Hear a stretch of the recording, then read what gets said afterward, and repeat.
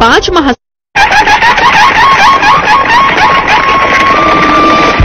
प्रश्नांच्या गर्भात उमलते प्रगतीची भाषा, शंका निरसनयाचा पुरे आशा, अभिमानाने घराघरातून, अभिमानाने घराघरातून नाद झळकणे आता. जय महाराष्ट्र ही गाऊया गाथा. जय महाराष्ट्र ही गाऊया गाथा. जय महाराष्ट्र ही गाऊया गाथा. नमस्कार मंडळी. माहिती आणि जनसंपर्क महासंचालनालयाच्या जय महाराष्ट्र या कार्यक्रमात आपलं मनपूर्वक स्वागत. मंडळी, कायदा हा आपल्या जीवनाचा अविभाज्य घटक आहे. आपण कायदा पाळणारा समाज आहोत, परंतु कायद्याविषयी आपल्याला माहिती असतेच असं नाही. आणि म्हणून वेगवेगळ्या क्षेत्रामध्ये कायदा म्हणजे काय, कायदा कसा पाळायचा याची माहिती आपण जाणून घेणार आहोत. आणि त्यासाठी आपण आज आमंत्रित केलं आहे पुण्याचे ज्येष्ठ विधिज्ञ भास्करराव आवड यांना. नमस्कार. आवड साहेब, नमस्कार. नमस्कार. आपण सुरुवात करूया पत्रकारिता आणि प्रसार माध्यम या विषयापासून. आवड साहेब, माहिती स्वातंत्र्य आणि अभिव्यक्त स्वातंत्र्य याची खरोखर गरज आहे का? कशी? खूप चांगला प्रश्न विचारलात. मुळात असं आहे की आपल्या राज्यघटनेनं नागरिकांना काही मूलभूत हक्क दिलेले आहेत.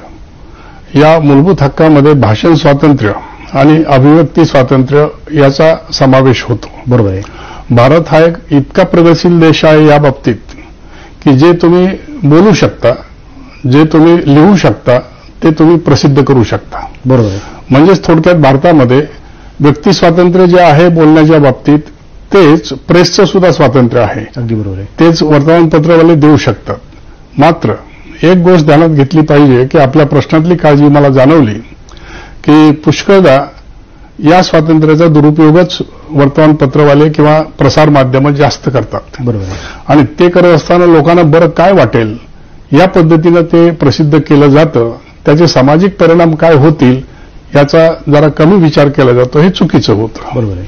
त्यासाठी काही नियंत्रणं कायद्यानं घातलेली आहेत. आता ही जी नियंत्रणं असतात की मी सर्व काही बोलू शकतो, मी अगदी सुप्रीम कोर्टावर किंवा पंतप्रधानावर टीका करू शकतो, अगदी बरोबर आहे. पण त्याच्यात त्यांचं चारित्र्यहनन होता कामा नये ही माझी लिमिट आहे, बंधन आहे. बरोबर आहे. त्याचप्रमाणे तुमच्या सामाजिक कार्यात तुम्ही काय करता त्याच्यावर मी टिप्पणी करू शकतो, पण तुम्ही असे आहात म्हणून असं कार्य करताय असं तुमच्या चारित्र्यावर मी शिंतोडे उडू शकत नाही. अशा पद्धतीने जर हे स्वातंत्र्य वापरलं तर हे स्वातंत्र्य सगळ्यात चांगलं साधन आहे. कोर्टाचा अवमान होईल काय म्हणून काही लिहू नका. नेमकं काय याच्यामध्ये फरक आहे? आता हा एक जो सामान्य माणसाच्या लक्षात न येणारा प्रश्न आहे की कोर्टाचा मान राखणे याचा अर्थ कोर्टाला आपण जी अथॉरिटी दिली, जे अधिकार दिलेत की तुम्ही आमच्याकडनं काही चुकत असेल तर त्यात दुरुस्ती करा, हे करत असताना कोर्टाच्या निर्णयावर तुम्ही चर्चा देखील करू शकता. हो. त्याच्यावरती तुम्हाला एखादा मुद्दा मान्य नसेल तर का मान्य नाही हेही म्हणू शकता. मात्र एखादा जज दुसऱ्या जजच्या विरुद्ध टीका करू लागला तर ते योग्य नसतं. बरोबर आहे. किंवा तुम्ही अमुक एक जज पात्रतेचाच नाही अशा पद्धतीचं बोललात किंवा अमुक निकाल असा दिला गेला कारण हा जजच अशा विचाराचा आहे असं व्यक्तिगत स्वरूपाचं काही बोलला तर तो कोर्टाचा अवमान होतो. हा एक भाग. अच्छा. दुसरा एक भाग असा की कोर्टानं हुकूम दिलाय आणि तो हुकूम तुम्ही पाळत नाही. अगदी सरकारच्या विरुद्ध हुकूम असेल की 4 दिवसामध्ये तुमचं एक्सप्लेनेशन द्या, बरोबर आहे, आणि ते तुम्ही दिलं नाही तरी कोर्टाचा हुकूम न पाळणं हा देखील कोर्टाचा अवमान होतो. अच्छा. किंवा थोडक्यात सोपं असं म्हणता येईल की टीका टिप्पणी करणं, चर्चा करणं वेगळा भाग आणि एक कलुषित मनानं आरोप करणं दुसरा भाग. अच्छा. आरोप केला तर कंटेम्प्ट ऑफ कोर्ट होतो, नाहीतर होत नाही. अच्छा. प्रसार माध्यमात 2 माध्यम, प्रिंट माध्यम आणि इलेक्ट्रॉनिक माध्यम, आणि यात बऱ्याच वेळेला गल्लत होते. प्रिंट माध्यम असं दिसतं की बऱ्याच वेळेला कायदा पाळतो आणि इलेक्ट्रॉनिक माध्यमातून खूप जोरदार चर्चा होते, डिबेट होतात. तर यात कुठे कोर्टाचा अवमान होतो का? यात दोन्हीतून होऊ शकेल. फक्त प्रश्न एवढाच की अवमान करत असताना आम्ही नेहमी हे बघतो की तो जो अभिव्यक्ती करणारा माणूस आहे त्याच्या मनामध्ये काय आहे. तो जर त्या संस्थेलाच बदनाम करण्यासाठी हे करत असेल हो तर तो अवमान होतो. हो पण जर स्वच्छतेसाठी काही विचार व्यक्त करत असेल तर तो अवमान होत नाही. बरोबर आहे. ते कोर्ट मान्य करतात. अच्छा. सामाजिक क्षेत्रामध्ये कायदा हा पाळणं फार महत्वाचं आहे. पण मग कायदा म्हणजे नियंत्रण आणि मग कायद्याची गरज खरोखर भासते का? खरं म्हणजे असं की पूर्वी कायद्याची जागा धर्माकडे होती. अच्छा. आणि आपल्या वेदापासून धारयती इति धर्मा असं कायद्याची एक व्याख्या आहे की जो समाजाला एकत्र ठेवतो तो धर्म. म्हणजे समाज एकत्र ठेवण्यासाठी नियंत्रित करण्यासाठी जे नियम लागतात त्याला आपण कायदा म्हणतो. हो आता कायद्याचं हे जर मुख्य काम असेल की समाज एकत्रित कसा राहील, हो समाजाचं स्वास्थ्य कसं टिकेल हे बघितलं गेलं पाहिजे. बरोबर आहे. पूर्वीच्या काळामध्ये कायदा म्हणजे फक्त नियंत्रण घालणारा असायचा. पण जेव्हा आपण आपली घटना स्वीकारली हो. आणि प्रजासत्ताक निर्माण केलं, आपल्या घटनेचा उपोद्घातच असं म्हणतो की आम्ही भारतीय नागरिक. हो.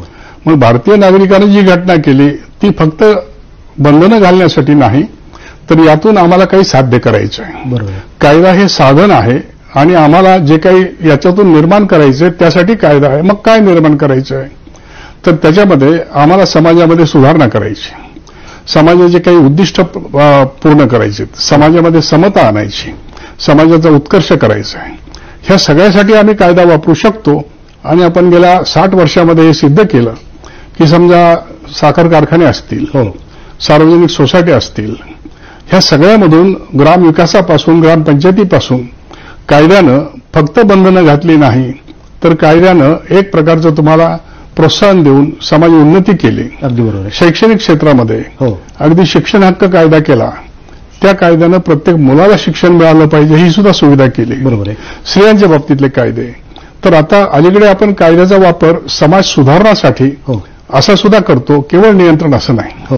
डॉक्टर बाबासाहेब आंबेडकरांनी घटना लिहिली, त्यात अनेक कायद्यांची तरतूद केली आणि गेल्या 60-65 वर्षांमध्ये कायद्यामध्ये अनेक वेळा अमेंडमेंट झाले आहे, बदल झाले, तरी गुन्हेगारी थांबत नाही. याचं कारण काय असावं? समाज जेव्हा समंजस असतो तेव्हा कायद्याची गरज नसते.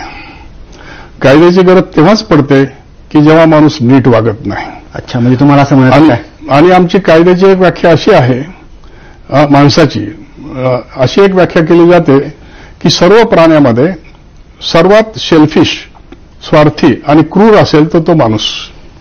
एखादा लांडगा किंवा वाघ भूक लागल्यानंतर एखाद्या बकऱ्याला मारतो, पण एकदा पोट भरलं की 4 बकरी समोर गेली तरी देखील त्यांना मारत नाही.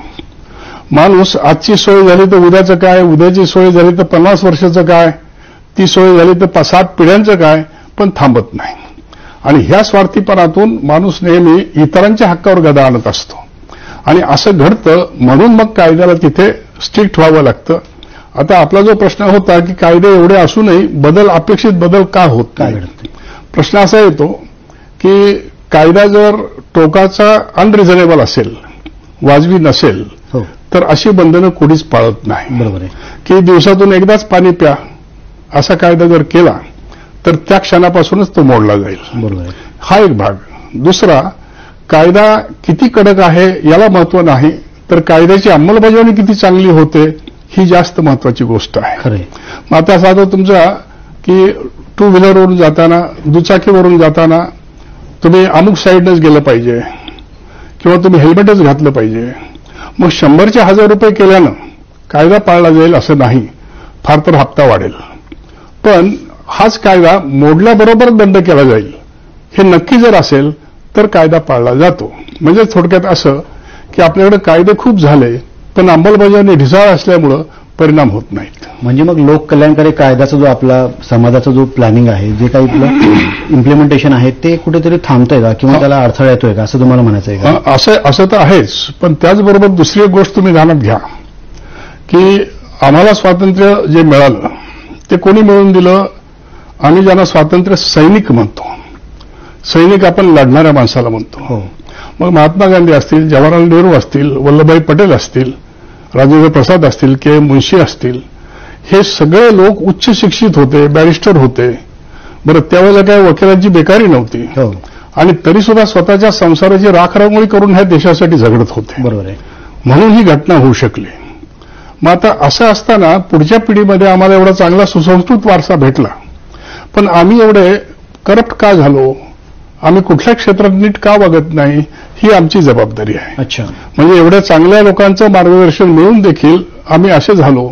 मग पुढच्या पिढीची काळजी आम्ही केली पाहिजे की आमच्यामुळं आमच्या संस्कारात आमची मुलं कशी होतील. बरोबर आहे. आणि त्यासाठी समाजानं नीट वागायला शिकणं हा महत्वाचा भाग आहे. बरोबर आहे. पण मग याचा अर्थ शिक्षणामध्ये सुद्धा कायद्याचं महत्व आहे. कायदा कसा शिकवला गेला पाहिजे जेणेकरून चांगली पिढी तयार होईल? आता कायदा मी 30 वर्ष शिकवलेला असल्यामुळे आणि अजूनही आमचे न्यायाधीश मंडळी किंवा IAS ऑफिसर्स किंवा कोर्टातले न्यायाधीश आणि वकील यांच्यासाठी अनेक ठिकाणी जाऊन मी व्याख्यानं देतो. तर माझा अनुभव असा की जर समजा समोरच्या माणसाला जे हवं ते कायद्याकडनं मिळत असेल तर ते माणसांना हवं असतं. अच्छा. पण तुम्ही आहात वेगळे, दाखवता वेगळे आणि असता वेगळे असं जर झालं तर ते होत नाही. किंवा त्याचं एक छोटंसं उदाहरण मी आपल्याला सांगेल की असं म्हटलं जातं समाजशास्त्रात की माणूस डोळ्यानं जास्त शिकतो, कानानं कमी शिकतो. अच्छा. आणि म्हणून समजा एक बाप घरात बसून की गंध लावला पाहिजे, पूजा केली पाहिजे, माणसाने खूप चांगलं वागलं पाहिजे, नैतिक असलं पाहिजे असं म्हणतो आणि त्याच वेळेला फोनवरून जर सांगत असेल की अरे ते तुझं परवानगी द्यायची ना, हो मग इतके पैसे लागतील त्याशिवाय होणार नाही. त्याचं मूल शिकून घेतं की बोलायचं असं असतं आणि वागायचं असं असतं. बरोबर आहे. त्यामुळं हा बोलण्यात आणि वागण्याचा जो फरक आहे हा आपण कमी करू शकलो पाहिजे. तुमच्या बोलण्यातून 2 मुद्दे पुढे आले. तर तुम्ही अनेकांना कायदा शिकवत आहात. तुमची सुरुवातच झाली मुळात एक कायदा देणारी संस्था सुरू करून आणि तुम्ही अनेक लोकांना शिकवलं आहे. मला वाटतं काही त्यात मान्यवर राजकारणी देखील होते. जरा सांगा थोडा अनुभव. मी जेव्हा विद्यार्थी होतो, मी आपला ग्रामीण भागातला शेतकरी कुटुंबातला दुष्काळी भागातला माणूस आहे. त्यामुळं मला कधी पुण्यात राहता येईल किंवा मुंबईत राहता येईल हे माहिती नव्हतं. हो. पण रिझल्ट लागला आणि फर्स्ट रेल्वेलाच मी विद्यापीठात पहिला होतो. अच्छा. आणि मग कॉलेजमध्ये न बसणारी आमची कायद्याची जी मंडळी असते ती का कोण जाणे माझ्याच वर्गातले लोक माझ्यासमोर येऊन बसायला लागले आणि मी शिकवायला लागलो. अच्छा. त्यापूर्वी मी कधी बोललो देखील नव्हतो कुठे. आणि मग एक माझ्या लक्षात आलं आणि आता मी एवढ्या वर्षानंतर सांगतो माझ्या सगळ्या त्या स्टुडंट्सला की जे आता 50च्या पुढे आहेत की बा मी त्यांना किती दिलं मला माहीत नाही, पण त्यांनी मला जास्त दिलं. कारण शिक्षक तेव्हाच सक्सेसफुल असतो जेव्हा त्याला काय माहिती हे महत्वाचं नाही, समोरच्याला काय कळतं हे महत्वाचं आहे. बरोबर आहे. आणि म्हणून शिक्षणामध्ये मी शिक्षकांना नेहमी असं सांगतो आमच्या संस्थांमध्ये देखील की कसं शिकवा हे म्हणत असताना त्याला कळेल असं शिकवा आणि असं शिकवलं तर समाज ऐकतो. बरोबर आहे. दारिद्र्य निर्मूलन आणि रोजगार निर्मिती याच्यामध्ये कायदा कसा तुम्हाला फायदेशीर ठरू शकतो? आता दारिद्र्य निर्मूलन ज्याला आपण म्हणतो त्याच्यामध्ये एक महत्वाची गोष्ट अशी की जर सामाजिक समता व्हायची असेल तर मुळात सर्वांना संधी मिळाली पाहिजे. बरोबर आहे. त्याशिवाय दारिद्र्य निर्मूलन होत नाही.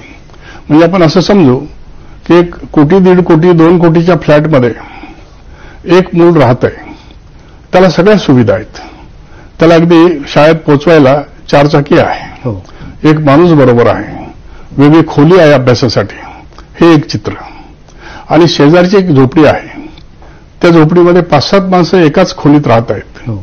तिथे एक मूल त्याच वयाचं आहे, बरोबर आहे. त्याला फाटकी पुस्तकं आहेत, लाईटची सुद्धा सोय नाही आणि तसाच त्याने अभ्यास करावा आणि त्यानं शाळेत जावं.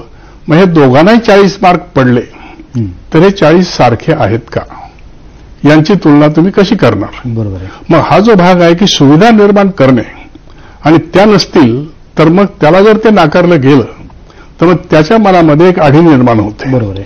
की हा माझ्यापेक्षा कमी बुद्धीचा असताना सुद्धा याच्या बापाकडे पैसे आहेत, सुविधा आहेत म्हणून याला सगळे मानतात. बरोबर आहे. किंवा आपण नेहमी असं बघतो बघा की समाज जीवनामध्ये आजकाल चारित्र्यापेक्षा अधिकार आणि पैशाला महत्व दिलं जातं. बरोबर आहे. मग अमुक माणसाकडे पैसे आहेत म्हणून तिकीट दिला बरोबर आहे.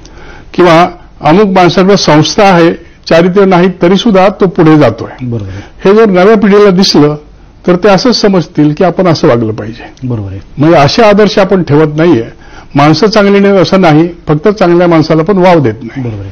ही जी सामाजिक असमानता आहे, तुम्ही म्हटलं की दोघांनी वेगळ्या परिस्थितीत अभ्यास केला, दोघांना सारखे गुण मिळाले, संधी मिळत नाही दोघांना, म्हणून आपण आरक्षण हा आपल्या घटनेत अगदी. तरतूद केली आहे. पण मग ह्या मागासलेल्या घटकाला त्याचं पण उन्नतीकरण व्हावं, आर्थिक सबलीकरण व्हावं, यासाठी काय करायला हवं? आता आरक्षणाचा हा जो विषय आहे हा 1950 सालीच याची सुरुवात झाली. आपण कारण घटनेमध्ये पण आरक्षण हे त्यांना समाजाच्या पुढे ढकलण्यासाठी नव्हतं, तर समाजाने ज्यांना खाली दाबून ठेवलेलं आहे त्यांना इतरांच्या बरोबर आणण्यासाठी होतं. पण ते बघत असताना हे सुद्धा बघावं लागेल की समजा आरक्षणाचा फायदा घेऊन एखादा मनुष्य IAS झाला असेल, कलेक्टर झालेला असेल आणि पुढच्या पिढीमध्ये त्याच्याच मुलाला तो आरक्षण मागत असेल, मात्र त्याचाच काम करणारा जो मनुष्य आहे त्याच आरक्षण क्षेत्रातला त्याच्या मुलाला मात्र ते मिळत नसेल तर मात्र अन्याय झाला असं म्हणावं लागेल.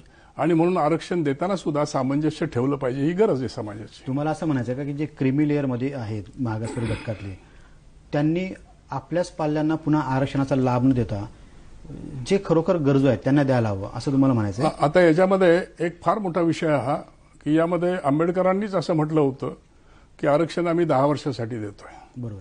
अपेक्षा अशी होती की आमची पुढची पिढी इतकी समंजसपणाने वागेल की 10 वर्षात सगळे समान होतील. पण 10 वर्षानंतर असं सापडलं की विषमताच वाढत गेली आणि मग 10चे 20 वर्ष, 30 वर्ष, 50 वर्ष, 70 वर्ष झाली. बरोबर.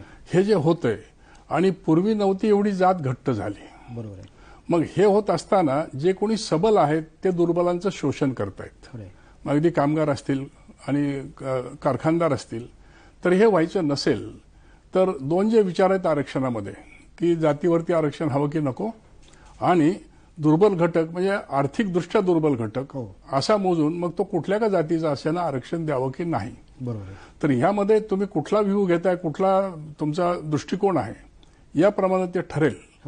पण काही मंडळींचं, तज्ज्ञ मंडळींचं असंच म्हणणं आहे की आरक्षण हे दुर्बल घटक आर्थिकदृष्ट्या असावं, केवळ जातीवर नसावं. अच्छा. आणि आजकाल जेव्हा प्रत्येक 4 लग्नामध्ये 1 लग्न आंतरजातीय होतंय तेव्हा जाती कशा मोजायची हा देखील प्रश्न निर्माण होतो. गुन्हेगाराचं अनेक क्षेत्रामध्ये आता वेगवेगळ्या प्रकारचं गुन्हेगारीकरण सुरू झालं आहे. म्हणजे सायबर क्राईम आहे, हा प्रकार खूप वाढला आहे. तर त्यात तुमचा कायदा काय म्हणतो? आता आपल्याकडे सायबर क्राईमसाठी स्पेशल कायदा केला गेला.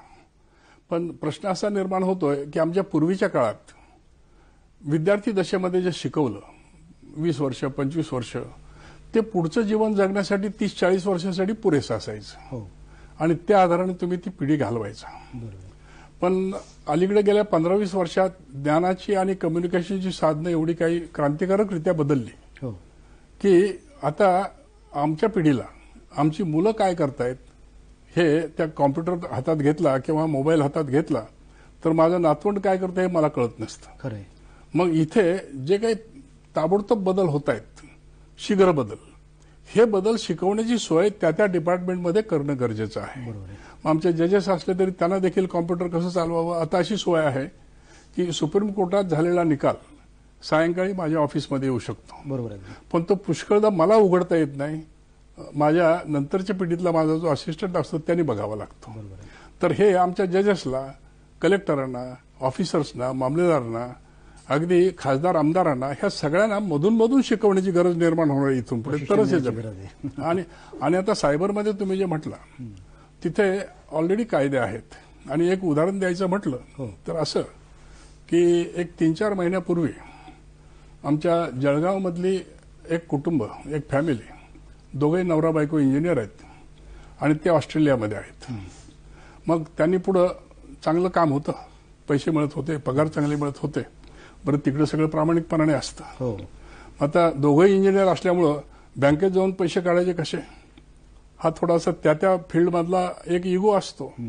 मग त्यांनी ई बँकिंगमध्ये ई खातं काढलेलं होतं, घरी बसून सगळं झालं पाहिजे. बरोबर. आता त्यांना पुढे असं वाटलं की आपण पुण्यामध्ये एखादं घर घ्यावं. मग त्या दृष्टिकोनातून त्यांच्या पुण्याच्या मित्राच्या वतीनं त्यांनी पुण्यातल्या एका बँकेत खातं उघडलं, डेक्कनवरच्या महाराष्ट्र बँकेमध्ये. मग हे खातं उघडल्यानंतर तिथून ते ऑस्ट्रेलियातून इथं पैसे पाठवत होते. पुरेसे पैसे जमा झाल्यानंतर त्यांनी एका मित्राच्या माध्यमातून एक फ्लॅट बुक करायचं ठरवलं. त्यासाठी ती स्त्री इथं आली, बायको. इथं आल्यानंतर ती बँकेत गेली आणि तिनं बँकेच्या त्या कर्मचाऱ्याला सांगितलं की 4 दिवसांनी मला एक 77 लाख रुपये काढायचे. त्यानं अकाउंट बघितलं आणि सांगितलं, मॅडम तुमच्या खात्यात पैसे नाहीत, तुम्ही काढले. अरे बाबा. मी तर कधीच आले नाही म्हणे. आता त्या स्त्रीचा एक भाऊ जळगावमध्ये वकिली करणारा माझ्या ओळखीचा होता. त्यानं फोनवर त्याला सांगितलं की यांना भेटा. अच्छा. मी बँकेच्या मॅनेजरला फोन करून सांगितलं की बा आम्ही एक फौजदारी करणार आहोत, कारण अधिकाऱ्यांना जबाबदारी झटकण्याचंच आजकाल सोपं जातं. बरोबर आहे. म्हणून अडचण निर्माण केल्याशिवाय ते ऐकत नाही. पण म्हटलं एक अट आहे की माझे पैसे पळवले गेलेत, तुम्ही जर मला सहकार्य केलं तर मी तुम्हाला साक्षीदार करेल, आणि सहकार्य नाकारलं तर मी तुम्हाला सह आरोपी करेल. बरोबर आहे. कोण आरोपी खरा आहे मला अजून माहित नाही. मग आम्ही कसं सहकार्य करू. म्हटलं मला सांगा की हे पैसे कसे गेले. मग आता असं सापडलं सायबरमधलं की ह्या स्त्रीचा जो पासवर्ड होता तो अमेरिकेमध्ये हॅक झाला. अच्छा. तिथून इन्स्ट्रक्शन गेली, ई इन्स्ट्रक्शन बँकेला, इथून पैसे हाँगकाँगच्या बँकेला ट्रान्सफर झाले आणि तिथं विड्रॉ झाले. मग आता ही कंप्लेंट दिल्यानंतर जेव्हा बँकेला आम्ही सांगितलं की आम्ही तुम्हाला एक अंडरटेकिंग देतो, आमचा दोष सापडला तर आमच्याकडनं पैसे वसूल करा, तोपर्यंत ह्या अंडरटेकिंगवर मला पैसे द्या. बँकेनं दिले. अच्छा. आणि इन्व्हेस्टिगेशन चालू आहे. अच्छा. म्हणजेच आता पुष्कळदा असं माहिती नसतं की आपण हे कसं करावं. बरोबर आहे. मी यासाठी समजा तुम्हाला ईमेलवरती एखाद्याने धमकी दिली की एवढी खंडणी आणून द्या नाही तर सोडत नाही, तर हा ईमेल सुद्धा कंप्लेंट होऊ शकतो. अच्छा. फक्त तो जो तुमच्याजवळ ईमेल आहे तो तसाच ठेवायचा, त्याची एक नक्कल तयार करायची, ते नक्कल खरी आहे असं एक अफिडेव्हिट करायचं आणि पोलीस स्टेशन किंवा कोर्टामध्ये दाखल करायचं, हे चालतं. त्याचप्रमाणे SMS असेल, ईमेल असेल, हे सगळं तुम्ही असं प्रिझर्व्ह करून जर दाखल केलं तर त्याखाली इन्व्हेस्टिगेशन स्पेशल होतं. तरतुदी आहेत, फक्त माहिती नाहीये. अच्छा. आपण एक विश्रांती घेऊया. आपली चर्चा पुन्हा अशी सुरू राहणार आहे आणि आव्हाड साहेब आपल्याला आणखीन महिला आणि स्त्रियांबद्दलचे जे काही कायदे आहेत ते आपल्याला समजून सांगतील.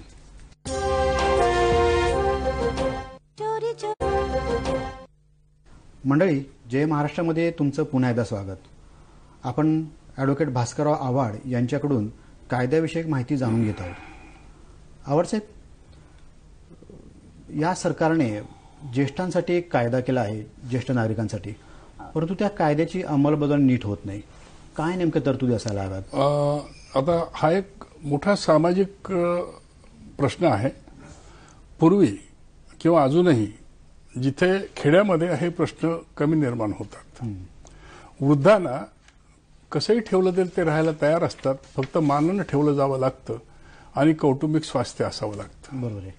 आता आजही तुम्ही बघाल तर जे कोणी वृद्धाश्रमात आहेत त्यात गरीब किंवा झोपडपट्टीतले कमी आहेत आणि ज्यांची मुलं परदेशात आहेत असे जास्त आहेत. ही सामाजिक समस्याच म्हणावं लागेल. ही जी सामाजिक समस्या झाली, हे एकलेपण निर्माण झालंय की आई वडिलांना रिस्पेक्ट करायचा नाही. समजा एक वडील आहेत आणि त्यांना तुम्ही सांगितलं अगदी पंचपक्वानाचं ताट भरलं, खा म्हाताऱ्या, अपमान करून दिलं तर तो ते सहन करू शकत नाही. बरोबर आहे. मात्र अगदी शिळी भाकरी जरी दिली पण ती मानाने दिली की बाजोबा बाबा खा तर चालतं, हे मिळायला तयार नाही. आणि मग याच्यातून असं व्हायला लागलं की आता आम्ही बऱ्याचशा वृद्धाश्रमात बघतो की त्यांची पैसे द्यायची तयारी आहे, परंतु त्यांना एकत्र राहणारी माणसं पाहिजेत आणि आश्रय पाहिजे. दवाखान्यात आजारी पडलं तर कोणते नेतोय, औषधाची सोय होते, कुणीतरी आपल्याकडे लक्ष देणारं आहे असं बघण्याची गरज आहे, आणि हे आजकाल होत नाहीये. अच्छा. आणि म्हणून काही कायदे करावे लागले. त्यातला एक कायदा असा की आता जसं पूर्वी आपल्याला पत्नीला पोटगी मागण्याचा हक्क आहे पहिल्यापासून, असा आता आई वडिलांना पोटगी मागण्याचा हक्क आहे. अच्छा. असा कायदा झाला. असा कायदा आहे. आणि ह्या कायद्याखाली म्हणजे ओल्ड एज पीपल प्रोटेक्शन असं कसं करायचं, तर ह्या कायद्याखाली तुम्ही मुलाकडनं तुमच्या नातवंडांच्याकडनं हा पोटगी मागू शकता. त्याचप्रमाणे तुमचे जे कोणी नेक्स्ट वारस असू शकतील, समजा एखाद्याला मूल नाही पण ह्या माणसाची प्रॉपर्टी हा मनुष्य गेल्यानंतर कोणाला जाऊ शकते. बरोबर आहे. तो जो कोणी वारस असू शकतो त्या माणसाची सुद्धा जबाबदारी आहे की त्याने यांचं संरक्षण केलं पाहिजे आणि यांच्याकडे लक्ष दिलं पाहिजे. एवढंच की आता कुठल्याही आई वडिलांना जर त्यांच्याच मुलाबाळांनी लक्ष दिलं नाही तर हा पंचनामा कोर्टात करावा असं वाटत नाही. हे भावनिक असतं आणि हे भावनिक बंधन त्या वृद्धांना तोडता येत नाही आणि म्हणून हे फारसा हा कायदा वापरला जात नाही. अच्छा. हे त्याचं खरं कारण आहे. पण मग यासाठी कोर्टात जाणंच आवश्यक असतं का? कारण आता असं आहे की समंजसपणानं जेव्हा तुम्ही घेत नाही तेव्हाच कायदा येतो. आणि मग कायदा केलेला आहे तरी समंजसपणातून हे लोक देत नाहीत. मग अशा वेळेला उलट आमचा एक अनुभव असाही आहे की पुष्कळदा मुलांच्या पेक्षा मुली जास्त काळजी घेतात. हो. स्त्रिया भावनिकही असतात, काळजी घेतात.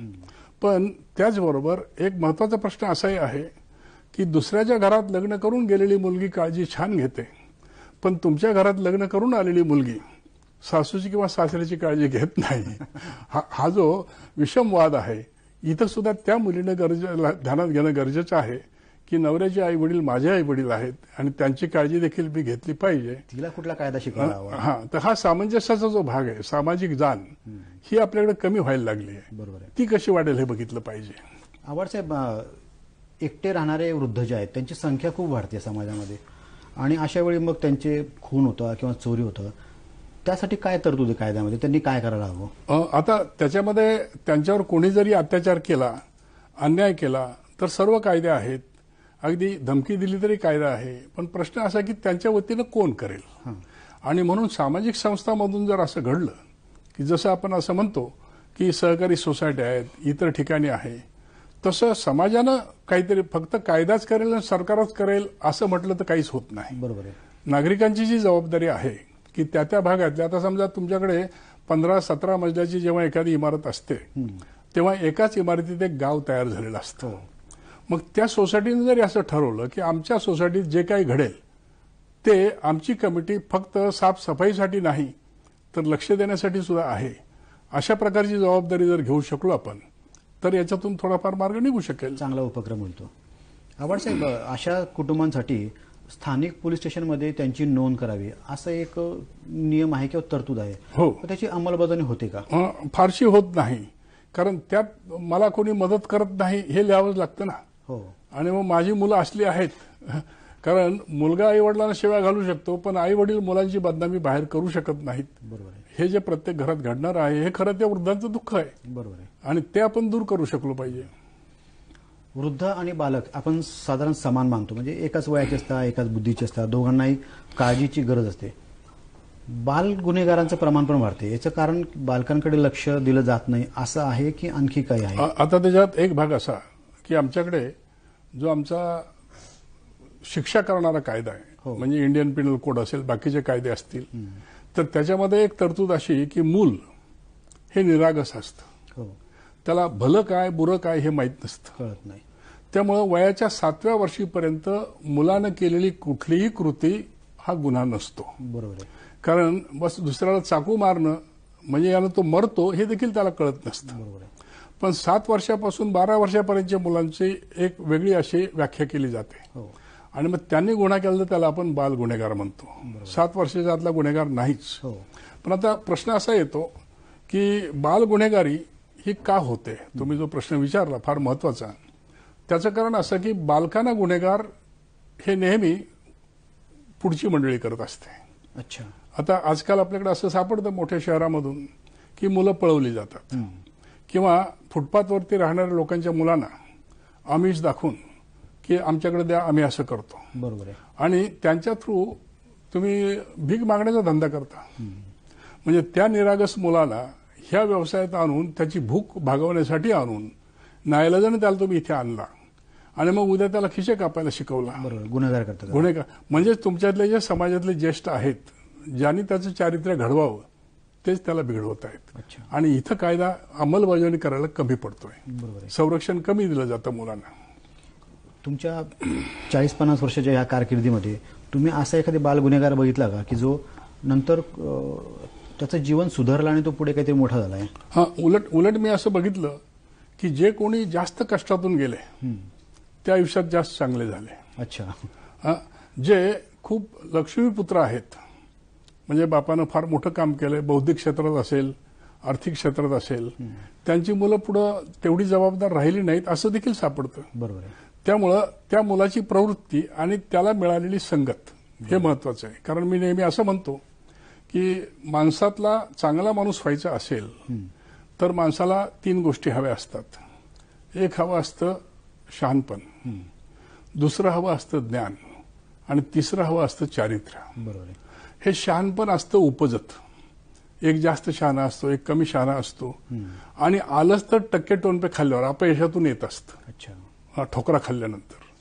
आता आमची अडाणी पिढी देखील शहाणी होती आणि आम्ही शिकून असे का वागतो हा प्रश्न येतो. याचं कारण ते आहे. दुसरं असं ज्ञान पाहिजे. ज्ञान बाहेरून येत असतं, पुस्तकातून येईल, टीव्हीतून येईल. मग हे जे ज्ञान येतं, नुसतं ज्ञान असेल चारित्र्य मनुष्य विध्वंसक असतो. अच्छा. आजकाल 100 माणसाला मारणारे बॉम्ब जे उडवले जातात, तो बॉम्ब उडवणारा खूप ज्ञानी आहे, पण त्याच्याकडे शहाणपण आणि चारित्र्य नाही आहे. बरोबर आहे. आता तिसरी गोष्ट जी चारित्र्य आहे, हे चारित्र्य म्हणजे की बरं काय आणि वाईट काय, आणि बरंच वागायचं, वाईटाला साथ द्यायची नाही, ही जाण असणं, याला चारित्र्य म्हणायचं. सुरुवातीला हे आईबापांनी घडवायचं असतं, त्यानंतर हे शाळा कॉलेजामध्ये शिक्षकांनी घडवायचं असतं आणि समाजातल्या बाकीच्या ज्येष्ठ मंडळींनी घडवायचं असतं. आता इथे आम्ही कमी पडतोय की उपजत त्याच्याकडे आहे, ज्ञानही खूप मिळतंय आजकाल, पण चारित्र्य संवर्धन होत नाही आणि म्हणून बेजबाबदारपणा निर्माण होतो आणि याच्यातून गुन्हेगारी सुरू होते. कायद्याने होऊ शकते.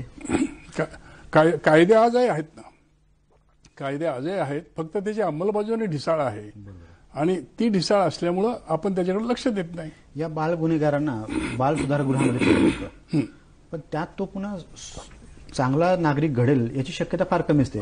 उलट असं की गुन्हेगारांना, बाल गुन्हेगारांना जी दिली जाते त्याला आम्ही शिक्षा नाही म्हणत. कारण शिक्षेचे अनेक जे उद्देश आहेत, त्यात एक उद्देश असा असतो की ह्या माणसाला दहशत निर्माण झाली पाहिजे, अशी शिक्षा. शिक्षेचा दुसरा उद्देश असा असतो की हा बाहेर सोडला की परत चोरी करणार आहे. बरोबर आहे. मग आत ठेवला म्हणजे निदान ती पुढची चोरी वाचेल. तिसरी एक कायद्याचा उद्देश असा असतो की ह्या माणसाचं चारित्र्य थोडं सुधारलं तर बघूया, रिफॉर्म झालं तर बघू. पण मुलांच्या बाबतीत असा बदला घेणं हा त्याचा उद्देश नसतो, तर त्यांच्या सुधारणा घडून आणावी अशा प्रकारची ती शिक्षा असते. आणि म्हणून तुम्ही बघाल की बाल गुन्हेगारांना जेलमध्ये पाठवलं जात नाही, रिफॉर्मेटरीज असतात, सुधारगृह असतात, रिमांड होम असतात. परंतु आता दुर्दैवाची गोष्ट अशी आहे की जी सामाजिक क्षेत्रामध्ये असलेली सोय आहे, सुविधा आहे, तिथंच भानगडी आहेत. अच्छा.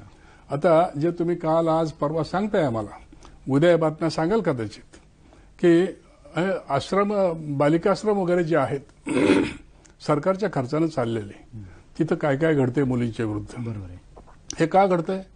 खाजगी संस्था ज्या चालल्यात त्या बऱ्याच चालल्यात. म्हणजेच आपण जबाबदारपणानं जर वागलो नाही तर हे सगळं घडत असतं. आणि मुलांच्या जीविताशी आजच्या पिढीनं खेळू नये, ही खरी महत्वाची गोष्ट आहे. बरोबर आहे. बाल गुन्हेगार जे आहेत त्यांचं बलात्काराकडे वळण्याचं प्रमाण फार वाढलंय आणि म्हणून त्याची व्याख्या बदलण्याचा प्रयत्न होतोय. नेमकं काय असायला हवं? आता रस्त्यावरती स्त्रियांच्या गळ्यातल्या चेन पळवले जाणं, कुठे रस्त्यावर छोटासा ऍक्सिडेंट जरी झाला तरी आजूबाजूची 4 मंडळी येते आणि लगेच ती गाडी पेटवायची, अमुक करायचं तमुक करायचं. याच्यामध्ये त्या लोकांना समाजाचं काय झालं ही गरज नाही, फक्त त्या भागामध्ये माझी दहशत निर्माण झाली पाहिजे म्हणून ते जमा झालेले असतात. आणि मग चूक कुणाची का असेना, आपण मारामारी केली की इथं राहणारे लोक उद्यापासून आपल्याला घाबरतील. तुम्हाला माहिती असेल की रस्त्यावर बेकायदेशीर पथाऱ्या ज्या असतात व्यापाऱ्यांच्या, त्यांच्याकडनं हप्ते गोळा करणारे लोक आहेत. बरोबर आहे. हे आपण थांबवत नाहीये. मग याच्यातून तो मोठा होत होत होत होत मग थेट पार्लमेंटपर्यंत जातो. हे जे झालंय तर हे मुळातच संपवलं पाहिजे, ही खरी गरज आहे. आणि ह्या गरजेतूनच आपल्याला असं म्हणता येईल की बालकांना आपण नीट वाढवलं नाही तर काय होईल की आजकाल टीव्हीवरच्या मालिका ह्या कशा प्रकारच्या आहेत. बरोबर आहे. की त्यात काही घडतंय. मलाच एका केसमध्ये असं बघायला लागलं की ज्या शाळेमध्ये मीच ते सगळं कंट्रोल करत होतो की आजकाल एक कायदा असाही आलाय बालकांच्यासाठी की शारीरिक शिक्षा द्यायची नाही. हो, असा एक कायदा आहे. बरोबर आहे. आता मारायचं नाही, काही टोकाचा कायदा, म्हणजे त्याचा फारसा उपयोग असं नाही. पण आता आमच्याच त्या शाळेमध्ये असं घडलं की एका पालकानं नोटीस दिली शाळेला की तुमच्या अमुक अमुक शिक्षिकेनं अमुक दिवशी माझ्या मुलाला शारीरिक शिक्षा दिली. अच्छा. याच्या विरुद्ध काय करणार आहात कळवा, नाहीतर मी कोर्टात जाणार आहे. साहजिकच बाकीच्या लोकांनी, मी वकील असल्यामुळं ते प्रकरण माझ्याकडे आलं. अच्छा. मी त्या शिक्षिकेची झोप उडालेली, आपली नोकरी जाते काय. मी त्या शिक्षिकेला फोनवरच विचारलं की काय झालंय. तिनं सांगितलं प्रकार. मग म्हटलं असं करा, त्या मुलाच्या त्या डायरीमध्ये लिहून टाका की जोपर्यंत दोन्ही पालक चेअरमनला येऊन भेटत नाहीत तिथपर्यंत मुलाला बसू दिलं जाणार नाही. मग पालक दुसऱ्या दिवशी आले. मग तिथे ऑफिसमध्ये बसल्यानंतर मी मुख्याध्यापिकेला बोलवलं, बाकीच्या शिक्षकांना बोलवलं, ह्या शिक्षिकेला बोलवलं. ह्या पालकांच्याकडे बघितलंच नाही आणि शिक्षिकेला विचारलं की काय केलं ह्या मुलानं, कितवीत आहे. म्हणे 4थीतला मुलगा आहे, मागच्या बाकावर बसलाय आणि पुढच्या बाकावरच्या मुलीच्या इथे बगलेत चिमटे काढून आय लव्ह यू म्हणतोय. अरे बापरे. मग तू काय केलंस. मी गालगुच्चा घेतला. मग मी त्या आईवडिलाकडे न बघता त्या शिक्षिकेला सांगितलं मी तुमच्या विरुद्ध शोकास काढणार आहे की हे मूल टीव्ही बघून आणि घरच्या लोकांच्या दुर्लक्षामुळं 4थीतच हे करत असेल तर हे गालगुच्चा घेऊन सुधारेल का, त्याच्या मुस्कळात का नाही मारले. कायदा काय म्हणतो सोडून द्या, बघू. आणि त्याच्या आईवडिलांना याला गुंड करायचं असेल तर आपल्या शाळेत कशासाठी, आपल्याला चारित्र्य घडवायचंय. आणि म्हटलं कदाचित त्याची आई शिक्षिका असली पाहिजे. एवढं झाल्याबरोबर ते वडील, ते आतून मुलाच्यासाठी पेटलेला असतो माणूस, ते आतून पेटलेले होते. ते लगेच म्हणे साहेब हेच खरं आहे, हीच नेहमी असं करते आणि हे पोरगं असं वागतंय. म्हणून त्यांना सांगितलं की बाबा रे, शिक्षक नेहमी चुकतात असं गृहीत धरू नये. कधी कधी एखाद्या मुलाला शब्द पुरेसा असेल, एखाद्याला फटका सुद्धा गरजेचा असेल. आमच्या लहानपणी आम्हाला रुळण मारायचे आणि घरी सांगितलं तर आणखी एक फटका मिळायचा. तर नुसतेच टोकाचे कायदे वापरले तर समाजात सुधारणा होत नसते. बरोबर आहे. महिलांना आपल्याकडे राजकारणामध्ये रिझर्वेशन दिलं आहे. पुरुष आणि महिला एका लेवलला आणून ठेवले आपण, त्यांना खूप संधी दिली, तरी त्यांच्यासाठी जे कायदे आहेत त्याची पुरेशी अंमलबजावणी होताना दिसत नाही. एक असं की समाजामध्ये समाज काम विभागणी असते, श्रम विभागणी ज्याला आपण म्हणतो समाजशास्त्रात. तर पूर्वीच्या काळामध्ये स्त्रियांचं काय काम असावं आणि पुरुषांचं काय काम असावं हे शारीरिक क्षमतेवर ठरत असे. बरोबर आहे. म्हणजे आमच्या शेतातला नांगर हाकणारा माणूस हा नेहमी पुरुष होता. हो. आणि खुरपणारी नेहमी स्त्री होती. तिथं अन्याय नव्हता. लढायला जाणारा पुरुष होता, त्याला वळून पाठवणारी स्त्री होती, तिथं अन्याय नव्हता. त्या काळात चूल आणि मूल बरोबर होतं. परंतु जेव्हा शारीरिक क्षमतेवरून बौद्धिक क्षमतेवर तुम्ही गेला तेव्हा बौद्धिक क्षमतेमध्ये स्त्रिया कुठेच कमी नाही आहेत. उलट एक प्रश्न असा तुम्ही स्वतःला विचारू शकता की किती पुरुष ऑफिसमधून काम संपल्यानंतर सरळ घरी जातात की रस्त्यात कुठं कुठं थांबतात, पण स्त्री मात्र ऑफिस संपलं की पटकन घरी पोहोचलेली असते. म्हणजे ती जास्त जबाबदारीनं वागते. समतेची गरज आहे. एक कौटुंबिक छळ हा जो प्रकार आहे तो थांबवण्यासाठी काय कायदा आहे आणि काय करायला हवं? आता त्याच्यावरती एवढा परिणामकारक कायदा आपण केलाय की ज्याला डोमेस्टिक व्हायलन्स ऍक्ट असं आपण म्हणतो. त्या कायद्याखाली अशा तरतुदी आहेत की त्या स्त्रीचा अपमान करणारं वर्तन झालं, बोलणं जरी असेल, तिचा छळ झाला, शारीरिक मानसिक छळ झाला किंवा त्याची उपासमार केली गेली, असं काही जरी झालं तरी तो जो गुन्हा आहे फौजदारी गुन्हा, आणि त्या गुन्ह्यासाठी अशा स्त्रीनं पोलिसांच्याकडे तक्रार दिली की त्या तक्रारीची दखल घ्यायची जाते, दखलपात्र गुन्हा होतो आणि लगेच त्याची अंमलबजावणी होते. त्यामुळं चांगलं संरक्षण मिळतं. फक्त एकच असतं की सगळेच पुरुष वाईट नसतात आणि सगळ्या स्त्रिया चांगल्या नसतात. त्यामुळे अशाही केसेस आम्हाला सापडतात की जेव्हा एखादी स्त्री बदलाच घ्यायचं म्हणते आणि आमचा एक कायद्यातला नियम असा आहे की रस्त्यावरची दोन माणसं भांडतात तेव्हा ते भांडण सोपं असतं, बरोबर, नफ्या तोट्यासाठी असतं. आवाडसाहेब, शेवटचा प्रश्न विचारतो की स्त्री भ्रूण हत्या आणि लिंग निदान याच्यातून ज्या हत्या होतात त्याच्यावरती काय उपाययोजना आहे? आता आपल्याकडची एक मानसिकता जी आहे की मुलगाच झाला पाहिजे, हे एक महत्वाचं कारण. वंशाचा दिवा, वंशाची पंथी नाही चालत. इथं आपण चुकतोय एक भाग.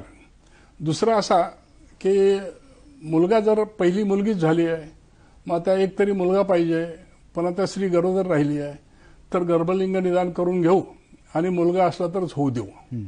ह्या मानसिकतेतून, ही तशी बेकायदेशीर मानसिकता, अनैतिक मानसिकता, याच्यातून डॉक्टरांच्या मध्ये सुद्धा बहुतेक डॉक्टर देव माणसं असतात, त्यातले काही सैतानही असतात. मग असे सैतान डॉक्टर सांगतात की आम्ही करून देतो गर्भलिंग निदान बरोबर. आणि गुपचूप गर्भपात सुद्धा करतो. ह्या गुन्ह्याच्यासाठी 7-7 वर्षापर्यंत शिक्षा आहे. शिक्षा आहे. बरोबर आहे. पण असं करत असताना एक उदाहरण मला असं सापडलंय की ते दाम्पत्य जातं डॉक्टरकडे आणि आम्हाला गर्भलिंग निदान करायचे. बरं, हे गुप्त करायचं आता, हो. कारण कायद्यात बंदी आहे. मग अमुक ठिकाणी या, बघतो, करतो. बघितल्यानंतर मुलगी आहे, अमुक ठिकाणी मी सोय करतो, इतके पैसे पडतील. अच्छा. बरं, अशा ठिकाणी जास्त पैसे असतात. बरोबर आहे. मग ते होण्याच्या अगोदर त्यांनी सेकंड ओपिनियन घ्यावं म्हणून दुसऱ्या डॉक्टरकडे जातात. ते तपासणी करतात आणि ते काय सांगतात की हे मुलाचा गर्भ आहे. म्हणजे पालकच बिघडलेत असं नाही, तर मग व्यावसायिक सुद्धा ही संधी घेण्यासाठी स्त्री भ्रूण हत्या समजून पुरुष भ्रूण हत्या सुद्धा करत असतात. आणि हे उघडपणाने बंद असलेले गुन्हे केले जातात कारण आपला समाज तेवढा जागरूक नाही. बरोबर आहे. परदेशामध्ये लोक जास्त जागरूक आहेत आणि त्यामुळे कायदे जास्त परिणामकारक होतात. नागरिक जागरूक असेल तर परिणामकारक कायदा असतो. मंडळी, हे होते भास्करराव आव्हाड, पुण्याचे ज्येष्ठ विधिज्ञ, आणि त्यांनी कायद्याची आपल्याला बऱ्यापैकी माहिती दिली आहे आणि आपल्याला यातून खूप माहिती मिळाली असेल. आव्हाड साहेब, आपण जय महाराष्ट्रामध्ये आलात, आपले खूप खूप धन्यवाद. धन्यवाद.